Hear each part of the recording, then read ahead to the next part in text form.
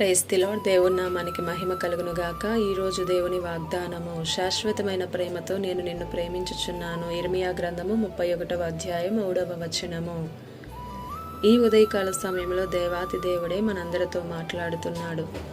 శాశ్వతమైన ప్రేమతో నేను నిన్ను ప్రేమించెదను అని. నీవు ఈ లోక ప్రేమకై ఎదురు చూసినంత కాలం మోసపోతూనే ఉంటావు.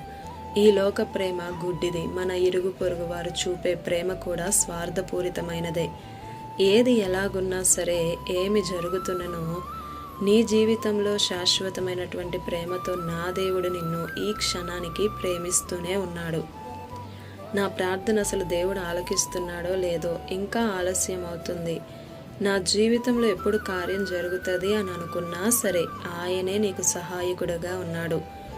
ప్రేమిస్తున్నటువంటి వారే భల్లెపు పోట్లతో గాయపరిచినా, ఒకవేళ దేవుడిచ్చినటువంటి వాగ్దానం నా జీవితంలో ఎప్పుడు నెరవేరుతుంది అని ఆలోచిస్తున్నావా?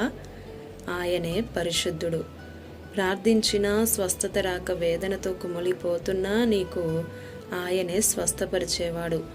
యవ్వనంలో అందరినీ కోల్పోయినా సరే, ఆయనే నీకు తోడు. ఎలాంటి సమృద్ధైనా అకస్మాత్తుగా లేమి నీ జీవితంలో సంభవించినను ఆయనే స్తుతికి అర్హుడు.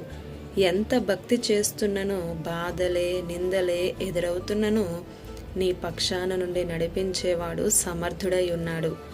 నమ్ము ప్రియ సహోదరుడా, సహోదరి.